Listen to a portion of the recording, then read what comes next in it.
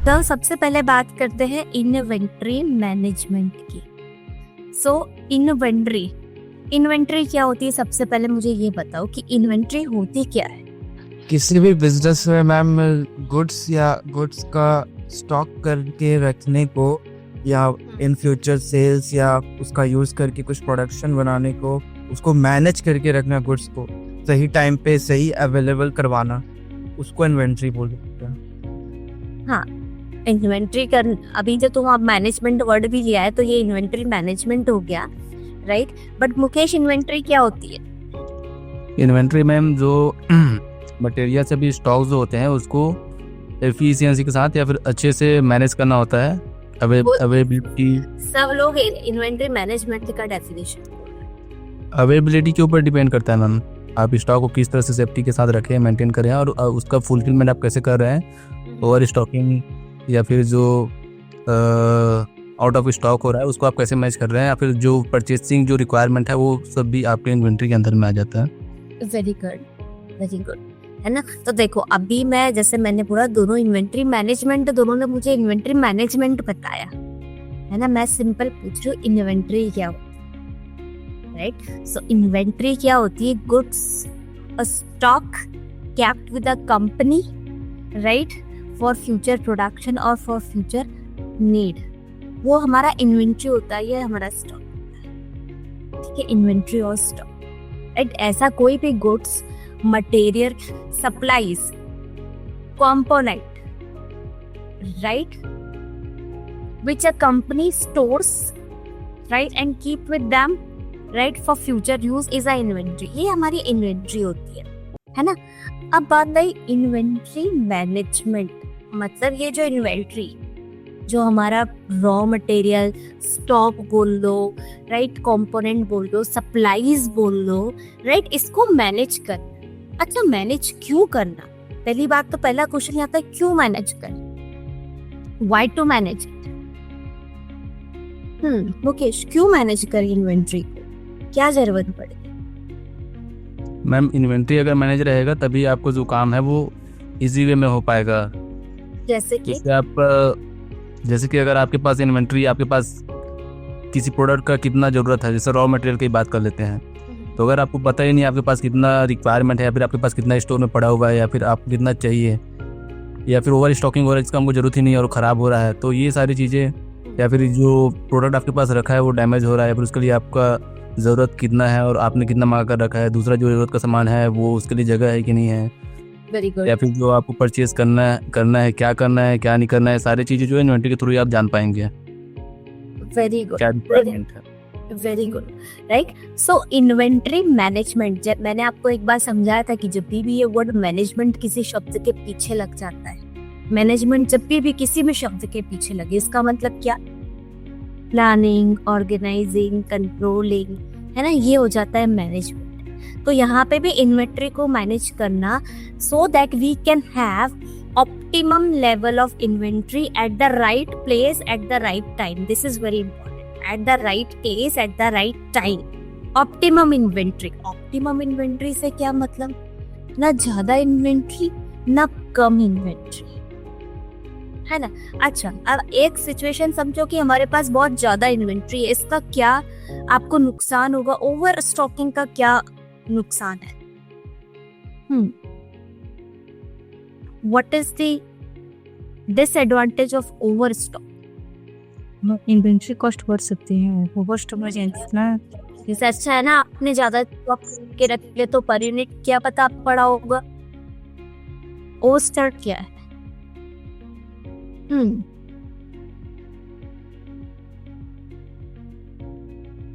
What is the disadvantage of overstocking? ज्यादा stock ma'am over stocking से जो आपका जो कैपिटल है, जो आपका मनी है, वो उसमें इन्वॉल्व हो जाता है। जो ज़रूरत का चीज़ रहेगा उसके लिए आपके पास स्कैरसिटी हो सकता है मनी का, जिसमें आपका ज़्यादा बेनिफिट हो रहा है, उसके लागत के लिए आपके पास पूंजी जो है फंस जाएगा। तो पहली तो लिखा है कैपिटल ब्लॉक्ड, मेरा पैसा ब्लॉक हो गया। मान लो मुकेश को इन्वेंट्री तो 2000 की ही 2000 क्वांटिटी ही एक प्रोडक्ट उसका 2000 क्वांटिटी लग रहा है, लेकिन उसने 10,000 क्वांटिटी लेकर रखा है, ओवर स्टॉक है ना। तो 2,000 लेने में मान लो उसको 20,000 रुपए लगे होंगे, अभी वो 10,000 क्वांटिटी ले रखी है तो उसको 1,00,000 रुपए लग रहा है। तो 80,000 रुपए जो वो कहीं और अपने बिजनेस में यूज कर सकता था, ये पैसा ब्लॉक हो गया उस इन्वेंट्री में। तो कैपिटल और you can say money is blocked whenever we are over stock. Over stocking में सबसे बड़ा डिसएडवांटेज है कि योर कैपिटल गेट ब्लॉक्ड, है ना। और क्या है बताओ ओवर स्टॉकिंग का और डिसएडवांटेज इन ऑप्शन? इसमें मैम जो स्टोर रहता है या फिर जहाँ पे हम उसको स्टोरेज रहता है, वहाँ का जो स्पेस है वो यूटिलाइज हो जाता है रेदर देन अदर स्टॉक जो यूजफुल है, या फिर इसको हम रखना चाहिए। स्टोरेज कॉस्ट बोल सकती हूँ मैं, स्टोरेज कॉस्ट बढ़ गया। क्यों? अभी जो 2,000 यूनिट लिया था मुकेश ने, वो एक रूम में आ रहा है। मान लो वो रूम भी रेंट पे लेता है स्टोरिंग के लिए, मान लो, क्योंकि देखो स्टोरेज का भी कॉस्ट होता है। हाँ, हम अभी इन्वेंट्री के कॉस्ट जो पढ़ेंगे ना, उसमें आपको मैं बताऊंगी कि स्टोरेज कॉस्ट भी होता है, holding cost, storage cost involve होता है। जब भी कोई मटेरियल स्टोर होता है आपके पास, इन्वेंट्री स्टोर होती है, तो स्टोरेज कॉस्ट इन्वॉल्व होता है। इसको ऐसे समझो अभी के लिए कि अभी मुकेश ने जो है एक रूम ले रखा था अपने वेयर हाउस के तौर पे, जहाँ पे वो इन्वेंट्री रखेगा। 2,000 क्वांटिटी रखेगा तो एक ही रूम लेना पड़ा, लेकिन अभी क्या किया उसने 10,000 लेकर रख ली एक साथ। अब उसको 4 रूम और लेने पड़े, 4 रूम और एक्स्ट्रा का रेंट दे रहा है वो। सो स्टोरेज कॉस्ट बढ़ गया। Very good. और क्या दिक्कत होगी ओवर स्टॉकिंग से? स्टोरेज कॉस्ट बढ़ गया। मैम जो प्रोडक्ट आपने ये राहुल, आप क्यों नहीं बोल रहे? Why you take it up? Any point? है पॉइंट है मैम, मतलब अगर हम लोग कोई रॉ मटेरियल कुछ ऐसा ले लेंगे जो कि खराब हो सकता है फ्यूचर, तो उसको ओवर स्टॉकिंग रखेंगे तो वो खराब होने का डर रहेगा अगर हम लोग का प्रोडक्शन में कुछ गड़बड़ आता है तो। Chances of damage and deterioration, है ना? हाँ, Okay. Damage and spoilage, okay. ठीक है, मटेरियल खराब होने का डर है तो 10,000 क्वांटिटी लेकर रख लिया, 2,000 ही रख रहा है, क्या पता वो खराब हो जाए, है ना। या इसको बोल सकते मटेरियल हैंडलिंग कॉस्ट भी बढ़ गई उसकी, है ना। वो मटेरियल को हैंडल करने के लिए हैंडलिंग कॉस्ट बढ़ गई, है ना। अब इतने मटेरियल को हैंडल करने के लिए लेबर ज्यादा चाहिए। मान लो आप हैंडलिंग के लिए बहुत सारी चीजें यूज करते हो, जैसे कि कुछ स्प्रेस जिससे ह्यूमिडिटी नहीं होती होगी, या कुछ स्प्रेस जो इंसेक्टिसाइड काइंड ऑफ काम करते होंगे, मान लो एग्जांपल के तौर पे बोल रही हूँ। अब उसमें भी आपको और पैसा लगाना पड़ रहा है, तो मटेरियल हैंडलिंग कॉस्ट बढ़ गई है, ठीक है। और रैक लेने पड़ेंगे, है ना। और बताओ मैम कोई से भी जैसे प्रोडक्ट लिए हैं, अगर उसका प्राइस जैसे हमने सपोज 1,000 में लिए हैं, और आगे चल के अगर उसका कॉस्ट जो है अगर मार्केट डाउन जाता है तो उसका अगर 500 समथिंग हो गया, तो उसमें जो वैल्यू रहेगा प्रोडक्ट का वो लॉस हो जाएगा हमारा। Exactly. There are chances of value loss, है ना। चांसेस ऑफ वैल्यू लॉस का चांसेस है, ठीक है। एक और जो बहुत बड़ा रिस्क है ओवर स्टॉकिंग का, चेंजिंग कस्टमर प्रेफरेंसेस, है ना। Changing customer preferences. अच्छा, अब मार्केट में मान लो ये हो गया कुछ भी देखो कस्टमर के प्रेफरेंस चेंज होने का कारण कुछ भी हो सकता है। मुकेश का प्रोडक्ट अभी तक तो सारे कस्टमर को पसंद आ रहा है, मान लो आपको कॉम्पिटिटर आ गया उसका जो उससे अच्छा प्रोडक्ट बना रहा है, कम प्राइस में दे रहा है, तो कस्टमर उसके तरफ चले जाएगा। या ये भी हो सकता है कि अभी तक ट्रेंड, जैसे हम बोलते हैं ना कपड़ों में ट्रेंड आता है, तो अभी तक मुकेश जो कपड़े बेच रहा था उसका ट्रेंड था, उसने इतना रॉ मटेरियल ले लिया, अब उसका ट्रेंड खत्म हो गया, अब लोगों को उस तरीके के कपड़े पसंद नहीं आ रहे, तो कस्टमर की प्रेफरेंस चेंज हो गई, तो जो आपका सामान पड़ा है ना पुराना आधा रखा रह जाएगा, क्योंकि अब वो कस्टमर को वो चीज पसंद नहीं आ रही, है ना। आता है ना कभी कभी कपड़ों में कुछ तरीके का ट्रेंड उस समय चलता है ना, उसके बाद नहीं। यस मुकेश बोलो। वही मैम, जैसे प्रोडक्शन भी होता है ना, जैसे अपेरल्स की बात कर रहे थे आप, तो उसमें प्रोडक्शन में क्या है, सीजन के हिसाब से हर 3 मंथ में सीजन चेंज होता है, उसके हिसाब से उसका डिज़ाइनिंग होता है। समर में समर के हिसाब से लाइट कपड़े आते हैं और इनमें डार्क कपड़े आते हैं, वूलन कपड़े आते हैं, इस टाइप से रहता है। तो लेकिन वो अपने फोरकास्टिंग के हिसाब से वो प्रोडक्शन कर देते हैं, लेकिन कई बार क्या होता है कि ट्रेंड चेंज हो जाता है तो वो पैटर्न्स लोग पसंद नहीं करते हैं, फिर बहुत सारा स्टॉक हो जाता है, तो वो उस प्रोडक्ट का लिक्विडेशन करके जो उसका लागत आया, प्रोडक्ट के लागत आया है उतना कॉस्ट में उसको डील्स करके, या फिर जो और डिस्काउंट जो आते हैं हर 3 में ये सीजन में, वो उसी की तरह उसको लिक्विडेशन करके उसको खत्म करते हैं, उसका जो लागत है वो वसूल किया जाता है। यस एग्जैक्टली, है ना। तो ये क्यों होता है? चेंजिंग कस्टमर प्रेफरेंसेस, वरना वो आपके जो बने हुए कपड़े वो रखे रह जाएंगे, इसलिए डिस्काउंट पे चीजें निकाली जाती है कि एटलीस्ट उसका कॉस्ट जो है वो निकल जाए, है ना। तो देखो आप सामने देखो, so these are the various right over stocking के डिसएडवांटेजेस है ना। इसी के साथ हम बात करते हैं अंडर स्टॉकिंग। अगर आप अंडर स्टॉक इसके क्या डिसएडवांटेजेस है अंडर स्टॉक के, गिनाओ।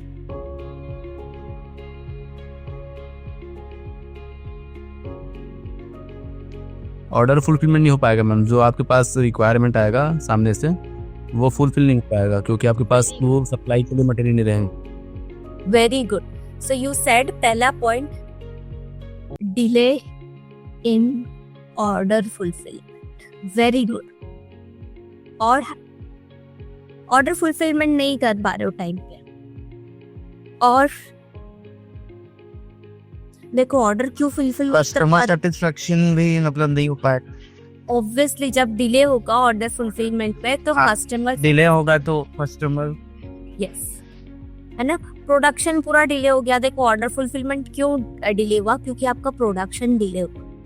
प्रोडक्शन डिले क्यों हुआ? क्योंकि वो material was not available to you at the right time. वो जो मटेरियल आपको चाहिए था, जो इन्वेंट्री आपको चाहिए थी, वो आपको करेक्ट टाइम पे अवेलेबल नहीं हुई, तो आपका प्रोडक्शन डिले हुआ। आपका प्रोडक्शन डिले हुआ तो आपका ऑर्डर फुलफिलमेंट डिले हुआ। यही बुल से फ्लिप होता है क्या मैम? कस्टमर डिमांड और आपका जो प्रोडक्शन है अवेलेबल है।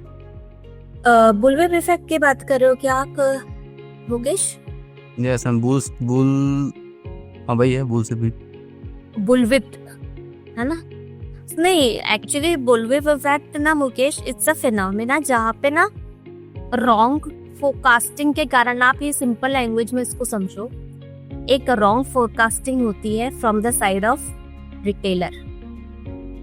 रिटेलर की तरफ से एक गलत फोरकास्ट होता है, राइट। उसको लगता है कि मेरा डिमांड बढ़ के आएगा। अच्छा, अब उसको लग रहा है कि डिमांड बढ़ के आएगा तो वो आगे होलसेलर को ज्यादा डिमांड करेगा कि ज्यादा मटेरियल दो मुझे, है ना। अब इसको लगा कि ज्यादा डिमांड आ रहा है, मैं भी ज्यादा रखता हूँ अपने पास, है ना।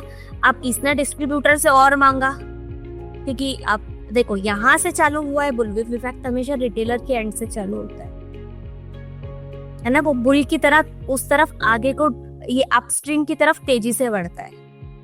इसको लगा कि बढ़ के आया, इसने आगे ज्यादा मांगा, ज्यादा वाले को इसको लगा कि अच्छा ज्यादा आ रहा है डिमांड, इसने आगे और ज्यादा मांगा, डिस्ट्रीब्यूटर ने आगे मैन्युफैक्चरर से और ज्यादा मांगा। तो ये फिनोमेना है जहाँ पे एक रॉन्ग फोरकास्टिंग के कारण, राइट, पूरे सप्लाई चेन को ज्यादा इन्वेंट्री रखनी पड़ जाती है। ये भी इसी से रिलेटेड है, क्योंकि पूरी सप्लाई चेन में ओवर स्टॉकिंग हो जाती है। पूरी सप्लाई चेन को ज्यादा स्टॉक अपने पास है, ज्यादा इन्वेंट्री रख लेती, ये सोच के कि डिमांड ज्यादा आएगी, बट वो तो रॉन्ग फोरकास्ट थी इस एंड पे, रिटेलर के एंड पे। तो उसी को बुलविप इफेक्ट बोलते हैं। Got it ma'am. समझ में आया? बस एक ये समझो बेसिक लैंग्वेज में कि रिटेलर के एंड से, और हमेशा बुलविप इफेक्ट इस एंड से चालू होती है, रिटेलर के एंड से। ओके, फ्रॉम रिटेलर एंड से वो उस तरफ जाती है supplier towards manufacturer and supplier, और वो बढ़ के जाती है उस तरफ। अंडरस्टूड? Yes ma'am. है ना। सो हम यहाँ पे अंडर स्टॉकिंग का डिसएडवांटेज देख रहे थे। सो अंडर स्टॉकिंग में सबसे delay in the order fulfilment, जिससे कस्टमर सेटिस्फेक्शन भी हमारा इम्पैक्ट होगा। जो कि सबसे प्राइमरी ऑब्जेक्टिव है। हाँ, कोई कुछ बोलना चाह रहा है? नो? फिर मैम हम लोग का सेल्स भी लॉस्ट हो जाएगा, जैसे कि अगर कस्टमर आता है और अगर वो चीज़ हम उसको प्रोवाइड नहीं कर पाते हैं तो इससे वो कस्टमर फिर से हमारे दुकान में नहीं आएगा, तो सेल्स हमारा सारा चले जाएगा। हमारा competitive advantage, we will lose the competitive advantage lose कर देंगे हम, है ना, क्योंकि आप देखो वो हमारे कॉम्पिटिटर के पास जाएगा, हमारे पास नहीं आएगा, है ना। So we will lose the competitive advantage, है ना। सो क्योंकि हमने टाइम पे नहीं दिया, वो अगली बार हमारे पास आएगा ही नहीं, ऑब्वियसली हमारी सेल भी गिरेगी, इससे पूरा बिजनेस पे ही इम्पैक्ट होगा। सो सी हियर, यहाँ से हमको क्या समझ में आया कि किसी भी बिजनेस के लिए ओवर स्टॉकिंग और under stalking is not a right condition. उसे एक ऑप्टिमम लेवल की इन्वेंट्री मैनेज करके रखनी है eight the right time, eight the right place. That's why inventory management is done, है ना, टू डिटरमाइन कि मेरे लिए क्या ऑप्टिमम इन्वेंट्री रहेगी। अच्छा, inventory management starts right from the purchase और ordering of the material, raw material till the finish good. Inventory देखो हर जगह पे मैनेज हो रही है ना। तो इन्वेंट्री मैनेजमेंट क्या आप कभी डेफिनेशन देखोगे ना तो आपको मिलेगा, देखो ऐसे शब्दों में लिखी हुई होती है इन्वेंट्री मैनेजमेंट की definition. So it is the process of ordering, storing. देखो सबसे पहले तो ऑर्डर इज वेरी इंपॉर्टेंट ना, कितनी इन्वेंट्री ऑर्डर करूं, यही तो सबसे बड़ा डिसीजन है इन्वेंट्री मैनेजमेंट का, कितनी ऑर्डर करूं ताकि मैं अंडर हो या ओवर स्टॉक ना हो।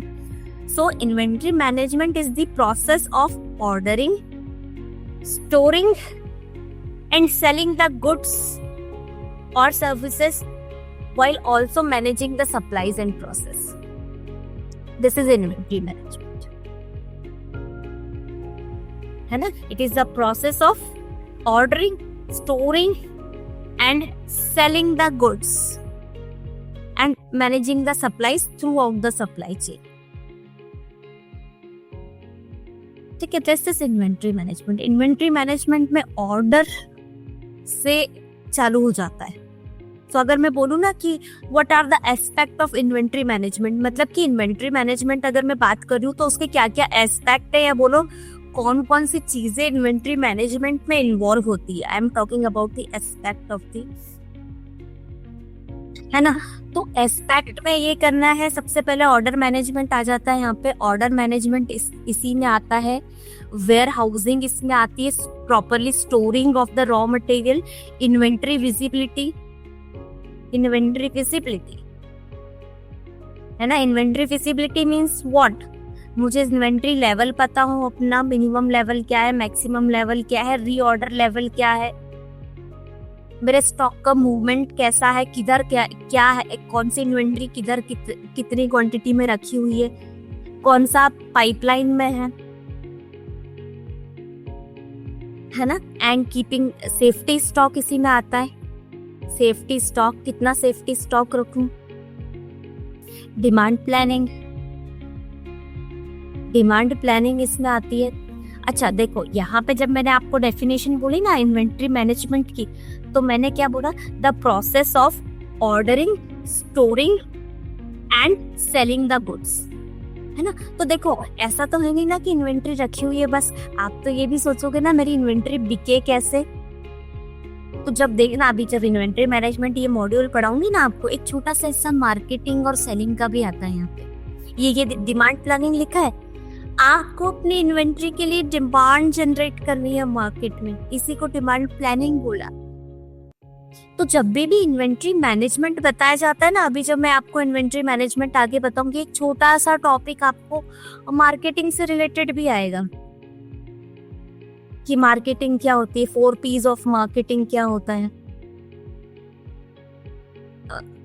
ना। तो ये सब क्या है, it is a part of what, inventory management. आपको इन्वेंट्री क्लियर भी तो करनी है अपनी, इसलिए डिमांड प्लानिंग की बात आई, है ना। प्रिडिक्ट द डिमांड या डिमांड जनरेट करना है, ये बोलो। डिमांड प्रिडिक्ट भी करना और डिमांड जनरेट भी करना थ्रू एडवर्टाइजिंग, मार्केटिंग स्ट्रेटजीज, ठीक है, तो ये हमारा क्या होता है, इन्वेंट्री मैनेजमेंट। अंडरस्टूड? ये सिंपल, हमने अभी तक कुछ नहीं समझा। ओवर स्टॉकिंग क्या होती है, अंडर स्टॉकिंग क्या होती है, इसके डिसएडवांटेजेस क्या होता है और क्यों हम इन्वेंट्री मैनेजमेंट करते हैं, ये देखा अभी तक। ठीक है, अब मैं थोड़ा सा आपको इन्वेंट्री के बारे में और डिटेल में बता रही हूँ, उसके बाद फिर हम एक एक्टिविटी करेंगे, wait a second. Let me count the white board.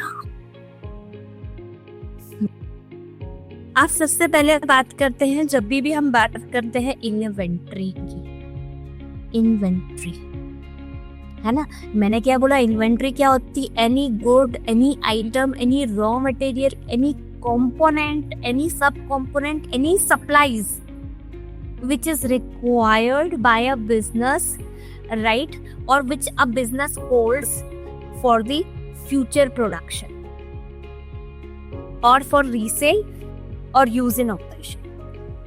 है ना, inventory is any good item, raw material, supplies, component which a business holds, क्यों रख रही है अपने पास, right, for the purpose of क्यों रख रही है, प्रोडक्शन हो उससे या फ्यूचर रीसेल हो। अब जैसे आपने देखा है, जो रिटेलर्स होते हैं वो तो प्रोडक्शन नहीं कर रहे ना, वो क्या कर रहे हैं, रीसेल कर रहे हैं, है ना, SALE, रीसेल या यूज इन ऑपरेशंस। तो ये सिंपल डेफिनेशन है इन्वेंट्री की। ठीक है, अब इन्वेंट्री जो है ना, वो बेसिकली अगर देखो 2 टाइप की इन्वेंट्री होती है, और भी टाइप्स में बताऊंगी इन्वेंट्री की, लेकिन अगर देखें कि उसका ओवरऑल जो फाइनल प्रोडक्ट है उसमें क्या कंट्रीब्यूशन है, तो 2 टाइप की इन्वेंट्री यहाँ पे समझेंगे आप। एक बोलेंगे डायरेक्ट इन्वेंट्री और एक बोलेंगे इनडायरेक्ट इन्वेंट्री। इनडायरेक्ट इन्वेंटरी, है ना, समझो सबको, डायरेक्ट इन्वेंट्री और इनडायरेक्ट इन्वेंट्री, है ना। इसके बारे में मैंने कभी शायद बीच में एक आध बार आपसे डिस्कस किया हो, आप लोगों को याद है, कुछ समझ में आया यहाँ से, डायरेक्ट और इनडायरेक्ट इन्वेंट्री क्या हो सकता है, क्या बोला डायरेक्ट को, क्या वो indirect, any idea, Rahul, Arundhati, any idea about this? No?